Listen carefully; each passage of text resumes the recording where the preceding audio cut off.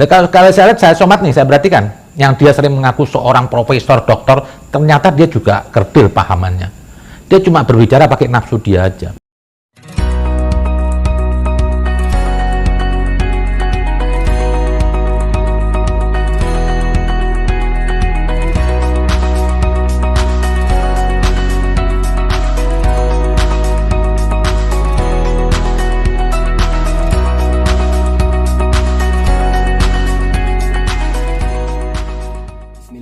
Bismillahirrahmanirrahim. Assalamualaikum warahmatullahi wabarakatuh. Kita hidup di negara demokrasi, di mana setiap orang diberi kebebasan untuk berbicara, diberi kebebasan untuk mengeluarkan suara, untuk mengemukakan pendapat.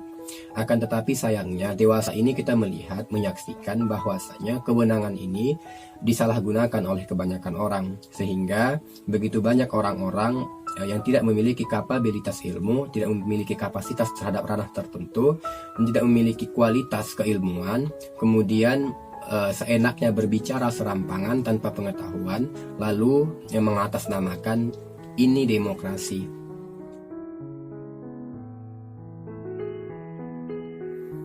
Fenomena yang demikian itu sudah menjadi budaya yang merebak luas di tengah masyarakat kita di Indonesia ini. Dan anehnya lagi, terkadang orang-orang yang demikian itu diberikan panggung untuk berbicara di hadapan banyak orang, diberikan panggung untuk bersuara di hadapan publik, sehingga itu menciptakan suatu frame atau melahirkan sebuah asumsi publik bahwasanya si bodoh ini tadi adalah sosok figur yang harus didengar, sosok figur yang harus dipercaya. Padahal ini adalah awal menuju sebuah kehancuran. Sebab Nabi SAW itu mengatakan, "Iza wusidul amru ila min ghairi ahlihi fantaziru sa'ah." Apabila sesuatu perkara, suatu urusan diserahkan bukan kepada yang ahlinya, maka tunggulah kehancurannya. Mengapa bisa berdampak kepada kehancuran? Sebab kehancuran itu akan terjadi apabila kebenaran sulit untuk ditegakkan. Nah, mengapa demikian? Kebenaran itu adalah sesuatu hal yang harus dicapai dengan proses berpikir, dengan alur berpikir, analisis, dan memahami. Dan kebanyakan masyarakat kita beranggapan bahwasanya berpikir, analisis, dan memahami itu adalah sesuatu hal yang sulit, sehingga mereka tidak akan mau terlibat dalam sesuatu hal yang mereka anggap sulit, mereka anggap rumit. Sementara kebodohan adalah sesuatu yang instan, kebodohan adalah sesuatu hal yang mudah untuk dilakukan, sehingga kebanyakan masyarakat kita yang menginginkan segala sesuatu dengan instan, mereka akan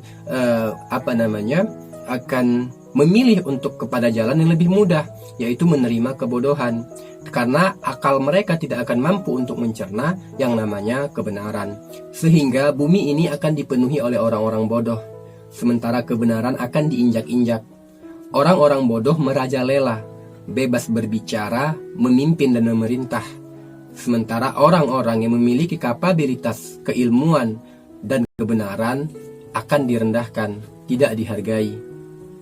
Kebenaran akan sulit diperbaiki, sementara kebodohan akan terus beranak pinak, berkembang, membudaya dari generasi ke generasi.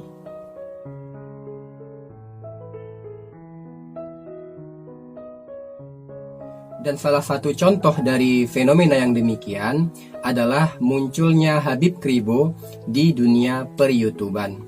Nah, saya tidak ingin menggali lebih dalam tentang personalnya Pak Kribo ini, melainkan saya di sini hanya ingin membedah struktur berpikirnya. Jika kita lihat dalam konten-konten YouTube-nya, ada begitu banyak inkonsisten di dalam pemikiran dan ucapan dia. Nah, salah satu contohnya, misal ketika dia mengatakan, MUI jangan ikut campur, MUI jangan ikut campur berkomentar tentang hal-hal politik, MUI ngurusin agama aja. Sementara dia sendiri juga sering ikut campur terhadap dunia perpolitikan, dia sering ikut berkomentar terhadap politik, padahal dia sendiri pun tidak memiliki kapabilitas pada bidang politik. Dan dia begitu banyak mengomentari orang-orang yang ahli dalam bidang politik, padahal dia sendiri tidak memiliki kapabilitas yang memadai untuk hal itu.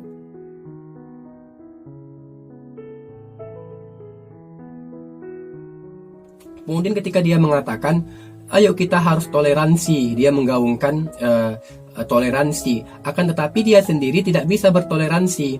Sebab begitu, kalau kita lihat begitu banyak orang-orang yang berseberangan pemikiran dan pendapat dengan dia, itu dia hakimi, itu dicap radikal, dicap kadrun, dicap sakit hati dan lain sebagainya oleh dia. Nah, dari sekian banyaknya video-video yang dia upload di channel YouTube-nya, ada satu video yang menjadi sorotan yang saya rasa perlu untuk saya bahas, perlu untuk saya ulas. Kenapa demikian? Karena video tersebut bertentangan dengan realita, apa yang dia ucapkan bertentangan dengan realita, bertentangan dengan fakta, dan bertentangan dengan kebenaran. Yaitu videonya yang menghakimi tentang Ustadz Abdus Somad. Ayo kita jawab.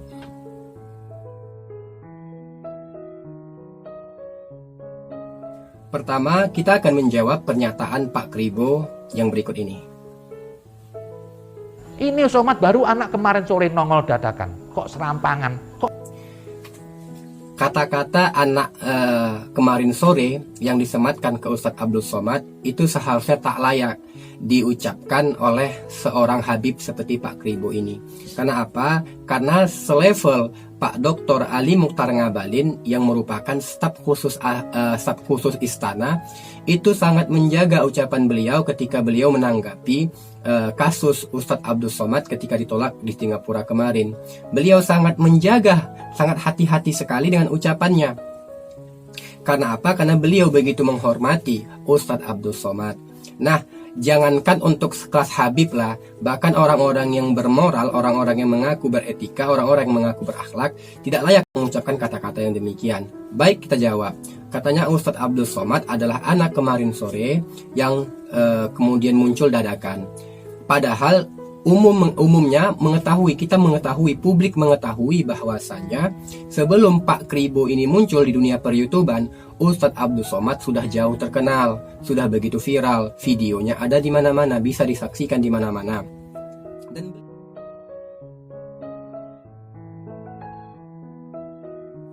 Dan beliau bukan muncul secara dadakan, beliau muncul itu secara jenjang prestasi. Beliau memiliki kapabilitas dalam keilmuan, beliau basic keilmuannya jelas, sekolahnya juga jelas, dan beliau itu muncul viral itu bukan karena sensasi tapi karena prestasi dan kontribusi. Tidak seperti Pak Kribo ini yang munculnya, yang viralnya karena sensasi, fitnah sana, fitnah sini, tuduh sana, tuduh sini.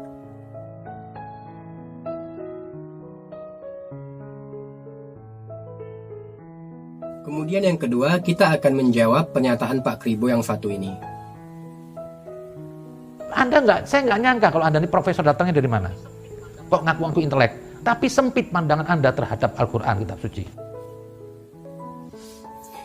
Ya, ini sebenarnya lebih tepatnya bukan suatu kritikan, akan tetapi sebuah penghakiman secara personal yang dilandaskan dengan asas kebencian. Kalau seandainya memang ingin mengkritik, maka kritiklah pemikiran Ustadz Abdul Somad, atau barangkali kritiklah sikapnya Ustadz Abdul Somad. Bukan mengkritik sesuatu yang sifatnya itu adalah melekat pada personalnya, gelarnya, keprofesorannya. Nah, perlu diketahui bahwasanya yang memberikan gelar profesor kepada Ustadz Abdul Somad itu adalah sebuah instansi resmi intelektual, yaitu salah sebuah universitas di negeri Brunei Darussalam. Jadi bukan Ustadz Abdul Somad ini ngaku-ngaku profesor, tapi beliau yang dikukuhkan sebagai seorang profesor oleh instansi resmi di Brunei Darussalam. Dan beliau bukan mengaku-ngaku intelektual, tapi beliau dihormati dan diakui oleh para intelektual.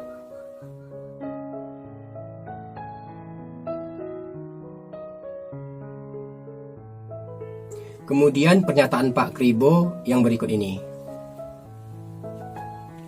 Kenapa? Saya sudah melihat Anda ini selama ini dakwah nggak ada kesenangan sama sekali. Anda cuma syahwat aja, ngomong nggak pakai dipikir.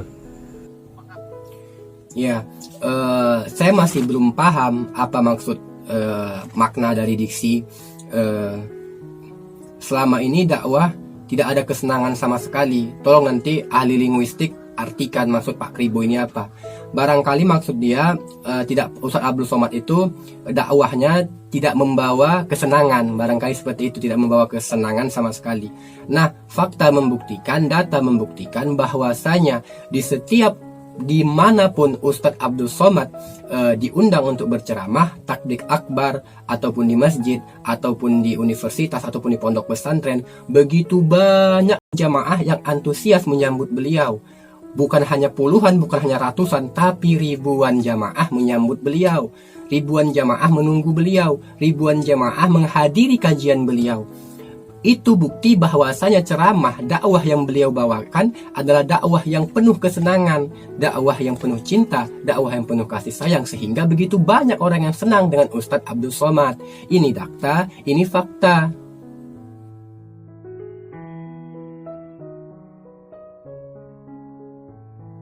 Kemudian si Pak Kribo ini mengatakan bahwasanya Ustadz Abdul Somad berbicara hanya dengan hawa nafsu tanpa berpikir. Nah, publik sudah mencatat, data, fakta sudah mencatat bahwasanya Ustadz Abdul Somad adalah seorang yang ilmiah, yang ketika beliau berbicara itu, ketika beliau mengeluarkan suatu fatwa, itu selalu berdasarkan referensi-referensi yang jelas. Ini kitabnya, ini nama ulama yang mengatakan demikian. Beliau selalu mengutip pendapat-pendapat para ulama. Beliau adalah seorang yang ilmiah, itu sebabnya begitu banyak instansi-instansi, lembaga-lembaga resmi intelektual yang mengundang beliau untuk berceramah, universitas, sekolah tinggi, institut, dan lain sebagainya.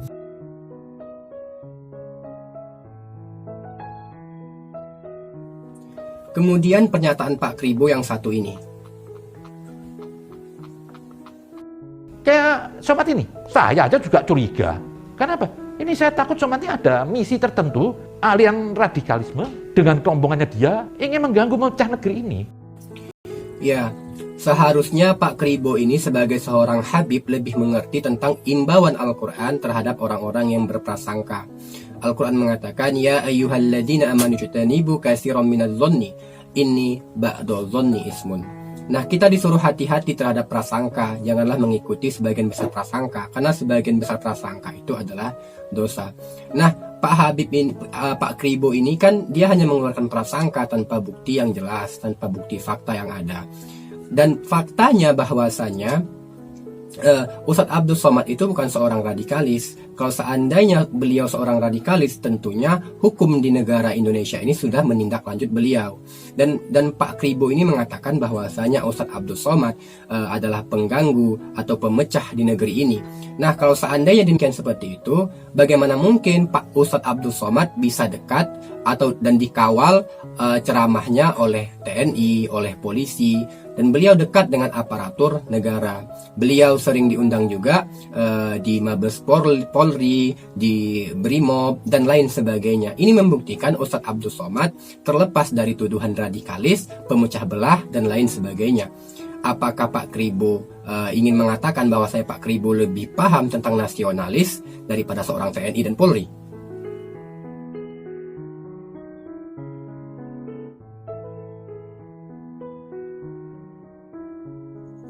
Kemudian pernyataan Pak Kribo yang berikut ini. Siapa Somad satu orang? Nggak penting bagi saya Somad satu orang. Dan Somad pun di Indonesia juga begitu penting. Nggak usah dibesar-besarin. Apa sih manfaatnya? Ya, dia mengatakan bahwasanya Ustadz Abdul Somad tidak begitu penting di Indonesia dan artinya tidak dibutuhkan di Indonesia ini. Padahal fakta dan data membuktikan bahwa betapa pentingnya dan dibutuhkannya Ustadz Abdul Somad di Indonesia ini, karena beliau memiliki prestasi yang luar biasa dan beliau memiliki kontribusi yang luar biasa untuk bangsa ini. Dan secara identitas maupun secara kualitas beliau sangat dibutuhkan. Secara identitas, beliau adalah sosok figur yang terkenal, sosok figur besar yang ternama. Beliau memiliki begitu banyak pengikut, beliau memiliki begitu banyak penggemar, beliau memiliki berjuta jamaah dari ujung Sabang sampai Merauke. Itu begitu banyak jamaah yang antusias menyambut ceramah beliau. Begitu banyak jamaah yang mengikuti beliau, dan identitas beliau ini sangat dibutuhkan untuk para tokoh-tokoh yang ingin mencari suara, yang ingin mendapatkan suara untuk bisa naik ke pencalonan, baik itu calon bupati, calon wali kota, bahkan calon presiden.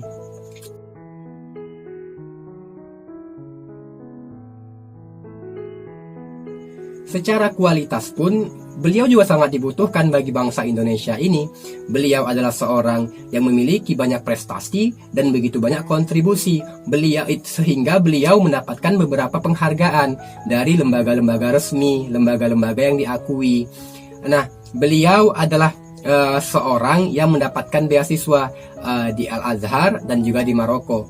Di Al-Azhar Mesir, dari 1.000 orang Indonesia yang mencoba untuk mengambil beasiswa tersebut, hanya 100 orang yang diterima, dan salah satunya adalah Ustadz Abdul Somad. Dari 1.000 orang, hanya 100 yang diterima, salah satunya adalah Ustadz Abdul Somad. Kemudian ketika beasiswa di Maroko, beasiswa untuk 20 orang, 15 orang orang asli pribumi Maroko, dan 5 orang itu diperebutkan oleh dunia. Dari 5 orang yang berebut ini tadi, dari seluruh dunia yang berebut untuk bisa mendapatkan beasiswa di Darul Hadis Maroko ini, yang masuk hanya 5 orang. Dari 5 orang itu, salah satunya adalah nama Ustadz Abdul Somad. Begitu prestasi beliau yang memukau. Beliau itu luar biasa, sehingga beliau ini adalah aset berharga bagi bangsa yang sangat dibutuhkan di Indonesia ini.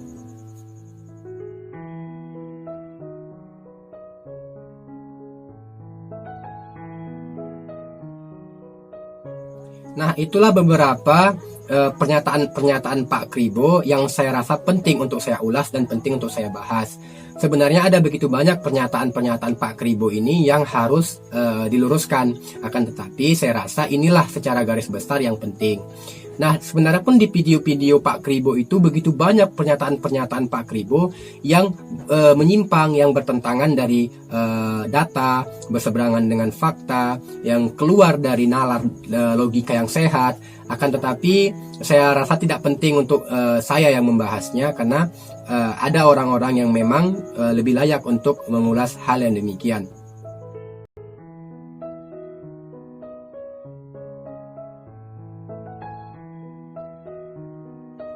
Akhir kata, orang yang cerdas akan menilai segala sesuatu berdasarkan analisa, fakta, data, dan realita. Sementara orang bodoh hanya mengedepankan prasangka dan asumsi semata. Semoga bermanfaat dan semoga bisa memperbaiki nalar. Assalamualaikum warahmatullahi wabarakatuh.